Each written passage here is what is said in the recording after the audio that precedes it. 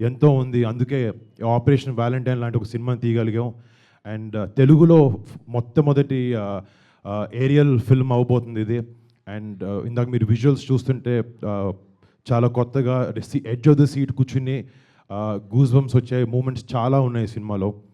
రేపొద్దున March 1st ఈ cinema వచ్చినప్పుడు మీరు అందరూ 100% దేశభక్తితో, గుండెల నిండా ప్రైడ్తో సినిమా థియేటర్ బయటకు వచ్చి మన జవాన్లకి ప్రతి ఒక్కరికి మనసంతా పెట్టుకుని ఒకసారి సెల్యూట్ కొడతారు వాళ్ళు చేసే సాక్రిఫైజెస్కి.